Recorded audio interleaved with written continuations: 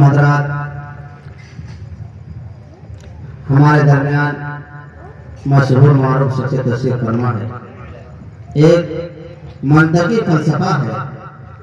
متعارف شے کا تعارف کرانا تحصیل حاصل لازم آتا. ایک منطقی فلسفہ ہے، اصول ہے. جس چیز کو لوگ جانتے ہو اس کا تعارف کرانا یہ تحصیل حاصل لازم آتا ہے. حضرت والا کی شخصیت محتاج تعارف نہیں ہے. ضلع سیتاپور ہو یا بہریت ہو یا گونڈا ہو یا دوسرے صوبہ میں بہار، بنگال، اڑیسہ ہو، حضرت ہر جگہ جانے جاتے ہیں اور ضلع سیتاپور کو روشن کرتے ہیں. ضلع سیتاپور کو روشن کرتے ہیں، خیر آباد کی تاریخی اتہاس کو بھی روشن کرتے ہیں. وہ شخصیت کا میں بڑے ہی ادب احترام کے ساتھ نام نامی لیتا ہوں. اسم گرامی عالی جناب حضرت والا حضرت مولانا مفتی آفتاب عالم صاحب خیر آبادی مبلغ دارالعلوم لکھنؤ سے درخواست کرتا ہوں اس شعر کے ساتھ کہ حضرت تشریف لائیں اور اپنے بیان سے ہم سب کے دلوں کو محظوظ فرمائیں.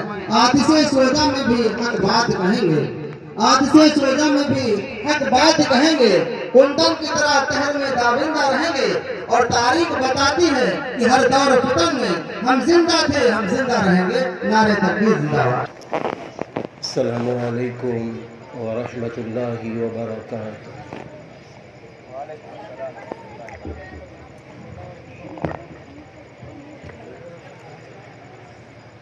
اعوذ باللہ من الشیطان الرجیم.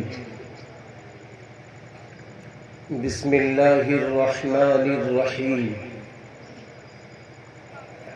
الحمد للہ رب العالمین والصلاة والسلام على رسوله الكريم محمد وآله وصحبه أجمعين. أما بعد، قال الله عز وجل: أعوذ بالله من الشيطان الرجيم. قل إن كنتم تحبون الله فاتبعوني يحببكم الله ويغفر لكم ذنوبكم والله غفور رحيم. وقال الله تبارك وتعالى: ما آتاكم الرسول فخذوه وما نهاكم عنه فانتهوا.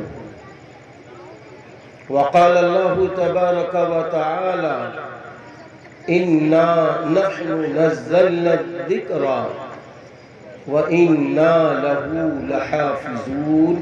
صدق الله العظيم. وقال النبي صلى الله عليه وسلم: لا يؤمن أحدكم حتى أكون أحب إليه من والده وولده والناس أجمعين، أو كما قال عليه الصلاة والسلام.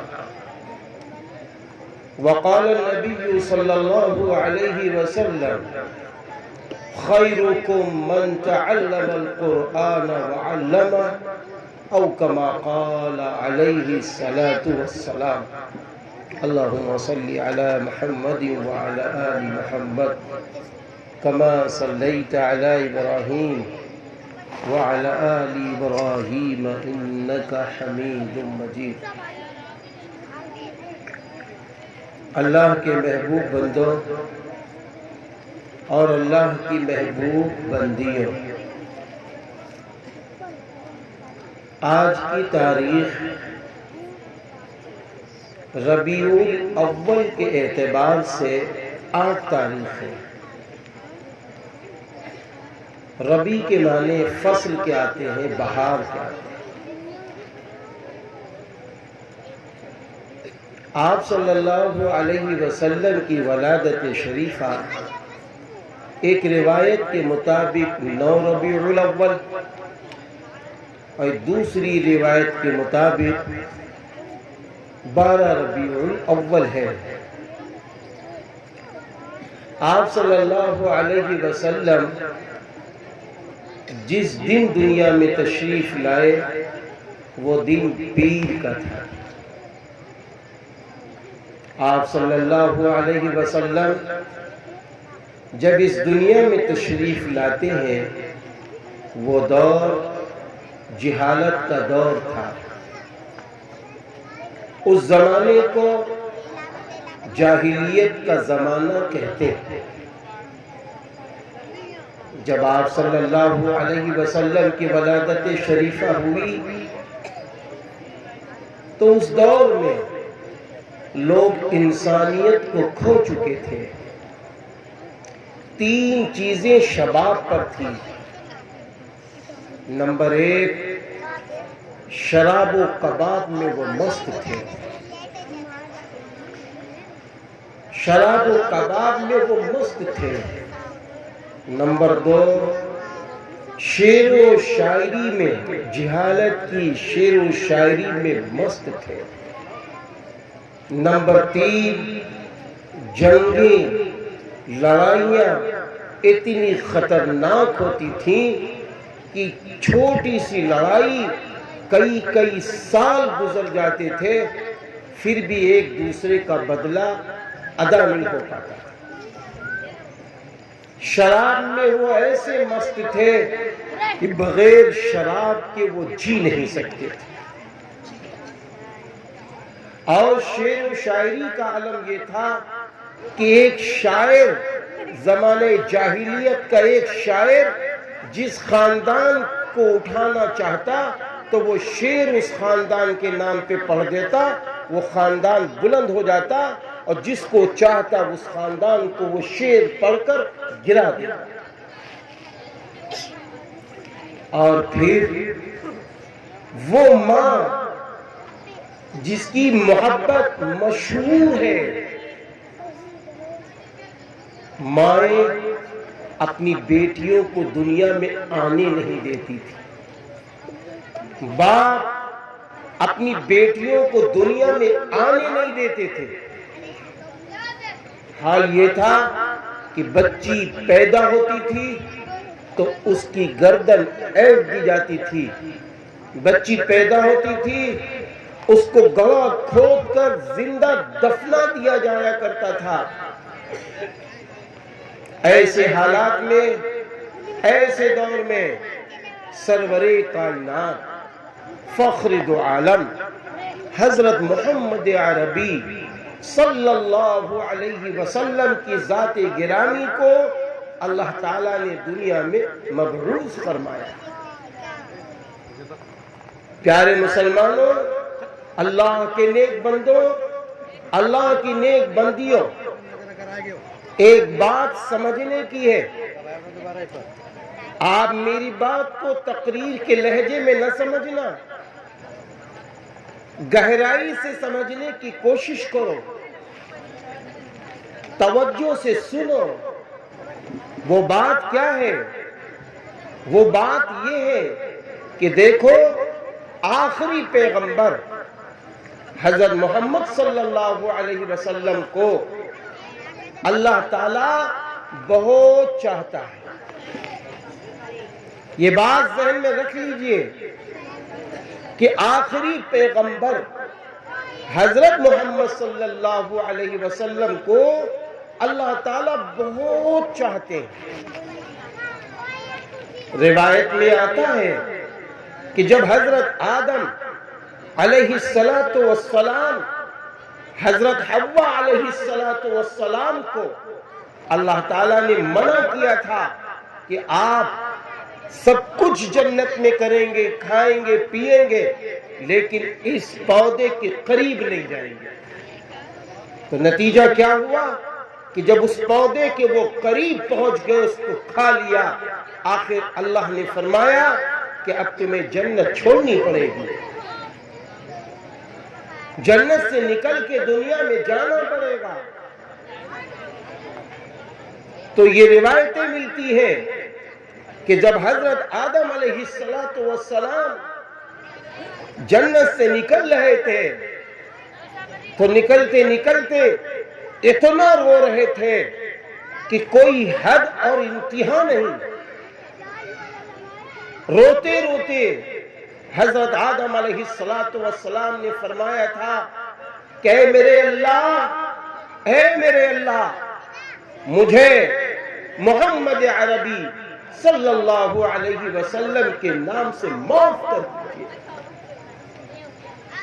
اللہ نے فرمایا اے آدم کہاں دیکھ لیا یہ نام کہاں دیکھ لیا ہے؟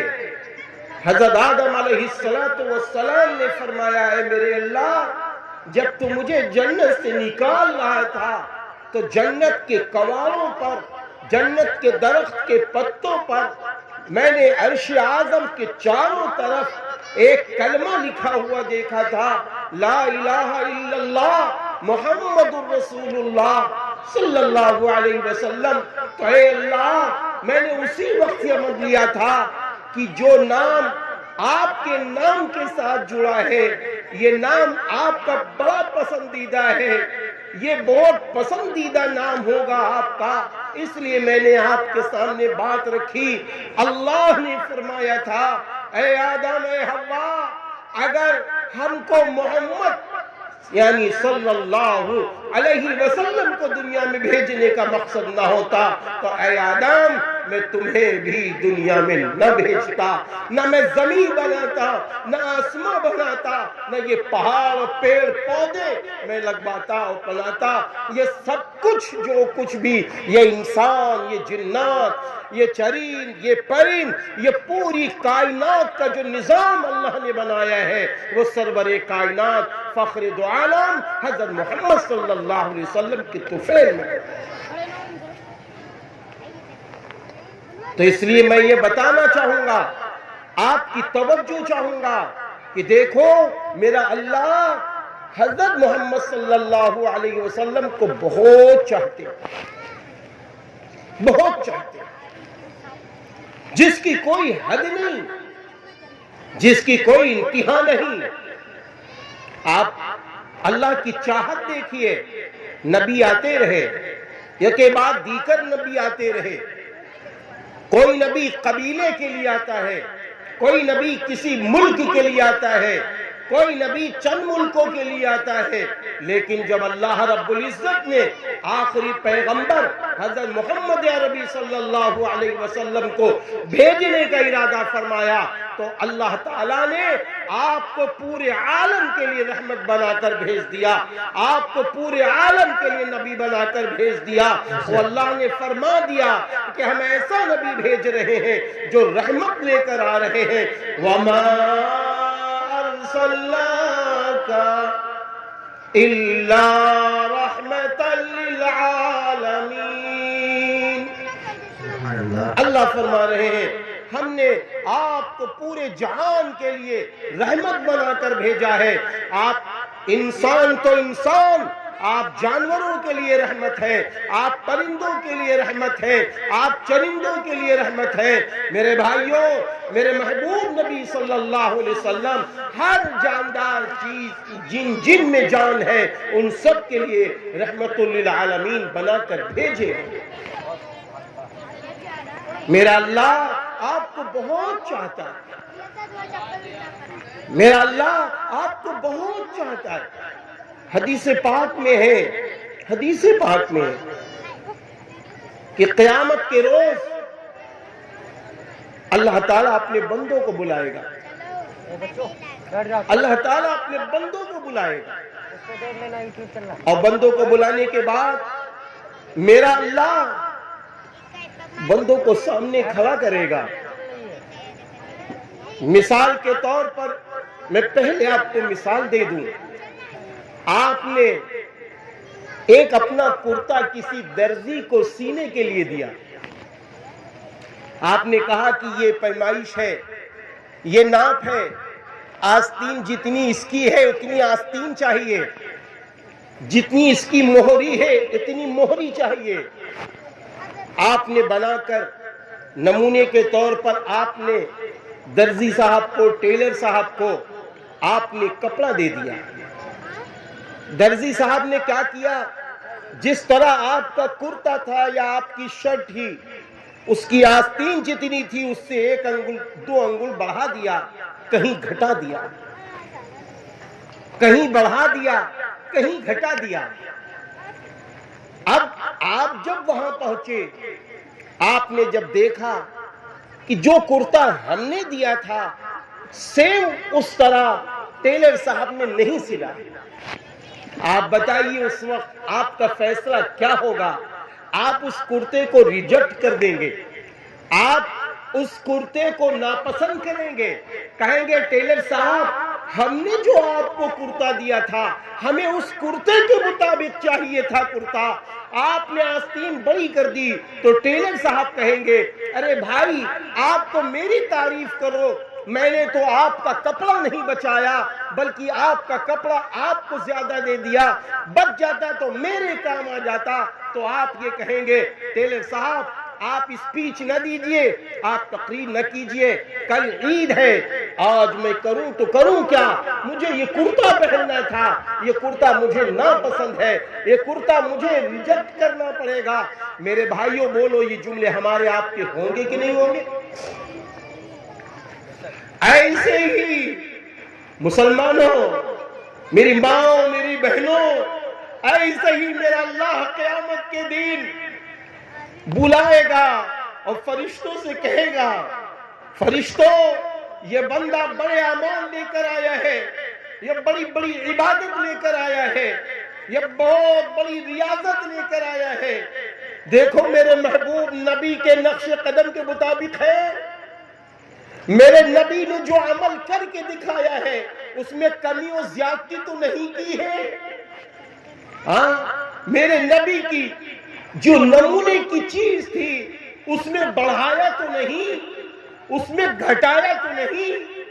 فرشتے دیکھ کے فرمائیں گے اے اللہ یہ آپ کے محبوب نبی جن کو آپ نے آئیڈیل بنا کر بھیجا تھا، نمونہ بنا کر بھیجا تھا، میرے اللہ آج وہ آئیڈیل اور نمونے کے مطابق یہ بندے کھڑے اترے ہیں، میرا اللہ فرمائے گا اس کا عمل مجھے قبول ہے، اس کا عمل مجھے پسند ہے، لے جاؤ اسے جنت میں داخل فرما دو۔ پھر اس کے بعد بہت سارے لوگ آئیں گے، یہی جواب ہوگا کہ یہ بتاؤ ان کے اعمال کیسے ہیں، کیا نبی کے نمونے کے مطابق ہیں، جیسے نبی کی زندگی تھی ایسی زندگی بنا کر یہ آئے ہیں نہیں آئے ہیں؟ اللہ فرمائے گا ریجیکٹ کرو، اللہ فرمائے گا ان کو ناپسند کرتا ہوں، ان کو الگ کرو، ان کو الگ کرو۔ نہیں چلے گی اللہ کی بارگاہ میں کوئی ایسی بات کہ ہم کیسی بھی سستی کر لیں، ہم کتنی بھی سستی کی زندگی گزار لیں، یا ہم کتنے بھی کھرب پتی ہو جائیں، یا ہم لکھ پتی ہو جائیں، یا بڑے بڑے علم کے ہم مالک ہو جائیں، لیکن اگر رسول اللہ صلی اللہ علیہ وسلم کے نقش قدم کے مطابق، رسول اللہ صلی اللہ علیہ وسلم کے نمونے کے مطابق وہ نہیں ہے تو وہ عمل مردود ہے، وہ عمل اللہ کو پسند نہیں ہے، چاہے کتنا قیمتی ہی کیوں نہ ہو، چاہے کتنا ہی قیمتی کیوں نہ ہو۔ اسی لیے آج ضرورت ہے کہ ربیع الاول کا مہینہ ہے، کل میرے محبوب نبی کی پیدائش کی تاریخ آ رہی ہے، 12 ربیع الاول کو میرے نبی کی پیدائش کی تاریخ آ رہی ہے، ہماری فکر یہ ہونی چاہیے ایک ایک مسلمان مرد و عورت فیصلہ لے لے کہ ہم کو سنت کے مطابق زندگی گزارنا ہے، ہم کو رسول اللہ صلی اللہ علیہ وسلم کے طریقے کے مطابق زندگی گزارنا ہے۔ میرے بھائیوں خالی نمازی میں نبی کی سنتیں نہیں زندہ ہوں گی، نماز میں بھی نبی کا نمونہ ہے، میرے بھائیوں قرآن کے پڑھنے میں بھی نبی کا نمونہ ہونا چاہیے، دکان کے کھولنے میں بھی نبی کا نمونہ ہونا چاہیے۔ میرے بھائیوں میں یہاں تک کہتا ہوں اپنی بیٹیوں کی شادیاں کرو، اپنے بیٹوں کی شادی کرو، نبی کا نمونہ سامنے رکھ کر کرو، اور اس سے آگے میں کہنا چاہوں گا آپ ٹوائلٹ بھی جا رہے ہو، آپ لیٹرین بھی جا رہے ہو، آپ استنجے کے لیے بھی جا رہے ہو، اندر دل یہ بول رہا ہو کہ میرے نبی استنجے کے لیے کیسے تشریف لے گئے تھے تاکہ ہم اس طرح عمل کریں۔ ایسی سنتوں کی فکر ہمارے پاس، سنتیں زندہ ہوں گی اللہ راضی ہوگا۔ سنت کہتے کسے؟ حضور صلی اللہ علیہ وسلم نے جو عمل کر کے دکھایا وہ سنت، حضور صلی اللہ علیہ وسلم نے جو فرمان سنایا وہ سنت، حضور صلی اللہ علیہ وسلم صحابہ رضی اللہ عنہم اجمعین آپ کے سامنے ہیں اور صحابہ کوئی عمل فرما رہے ہیں، میرے نبی خاموش ہو گئے تو وہ عمل بھی سنت۔ میرے نبی صحابہ رضی اللہ عنہ کے عمل پر فرمایا کہ یہ کام نہ کرو تو یہ عمل بھی سنت۔ گویا میرے محبوب نبی صلی اللہ علیہ وسلم کی پوری زندگی سنت ہے، پوری زندگی میں نمونہ موجود ہے، پوری زندگی میں نمونہ موجود ہے۔ میرے بھائیوں، میرے محبوب نبی صلی اللہ علیہ وسلم بحیثیت یتیم کی دنیا میں تشریف لاتے ہیں، لیکن ہمیں آپ کو کہیں سے یتیم بنا کے نہیں چھوڑا۔ ہر جگہ نبی کی زندگی آپ کو ملے گی، جس میدان میں آپ چاہیں نبی کی زندگی کا نمونہ موجود ہے۔ اور یہ بات بھی یاد رکھنا، اگر آج ہم سنتوں کو زندہ کریں گے تو معلوم ہے کیا ملے گا؟ ہم نے سنتوں کو بہت ہلکا سمجھا ہے۔ ہم اپنی اچھی اچھی ماؤں اور بہنوں کو بھی یہ بات بتانا چاہیں گے، ہم نے آپ نے نبی کی سنت کو اتنا ہلکا سمجھا ہے۔ میرے نزدیک شیشے کے گلاس کی ویلیو ہے، شیشے کے گلاس کی ویلیو ہے، معاف کرنا سنت کی ویلیو نہیں ہے۔ شیشے کا گلاس اگر بچے کے ہاتھ سے گر جائے اور ٹوٹ جائے تو بتائیے ماں خفا ہو جاتی ہے، ماں ناراض ہو جاتی ہے۔ ہاں، کیا کبھی وہ ماں جو شیشے کا گلاس ٹوٹنے سے ناراض ہوئی، کیا کبھی وہ ماں، کبھی وہ باپ اس لیے بھی اپنے بیٹے سے ناراض ہوا کہ میرا بیٹا سنت کے خلاف زندگی گزار رہا ہے، میری بیٹی سنت کے خلاف زندگی گزار رہی ہے؟ اور یاد رکھنا سنتیں جتنی زندہ ہوں گی اتنی مدد الہی دنیا میں آئے گی۔ آج بہت سارے لوگ کہتے ہیں کہ آج حالات بہت خراب ہیں، ہماری کوئی ویلیو نہیں ہے، ہماری کوئی پوزیشن نہیں ہے۔